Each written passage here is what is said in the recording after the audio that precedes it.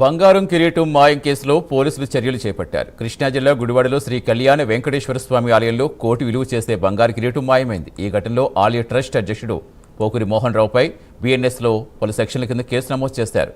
కిరీటం దాత మాటూరి సుబ్బారావు ఫిర్యాదుతో ఎఫ్ఐఆర్ రిజిస్టర్ అయింది. ఇప్పటికే విచారణ నివేదిక ఉన్నతాధికారులకు దేవాదాయ శాఖ ఏసీ లలిత అందించారు. ఇదే కిరీటం 38 లక్షలకు తాకట్టు పెట్టుకున్న వ్యాపారి రాజస్థాన్లో ఉన్నట్టుగా గుర్తించారు పోలీసులు. Gudivada two town police station పరిధిలో నిన్న అనగా ఒక కేసు రిపోర్ట్ అయింది. దాంట్లో మాటూరి సుబ్బారావు గారు అని ఆయన ఆర్యవైశ్య కళ్యాణ మండపంలో ఉన్న కళ్యాణ వెంకటేశ్వర స్వామి టెంపుల్ కి 2025లో 450 గ్రాములు బంగారు కిరీటాన్ని సమర్పించినట్లు, ఈ మధ్యకాలంలో అలంకరణ చేయకపోతే అదే విషయమై ఆ కార్యవర్గ అధ్యక్షుడైన మోహన్ రావు అని ఆయన్ని అడగ్గా అతను దీన్ని తాకట్టు పెట్టిన విషయం తెలిసి దాని మీద యాక్షన్ తీసుకోవాల్సిందిగా మాకు పోలీస్ స్టేషన్ రిపోర్ట్ ఇవ్వడం జరిగింది.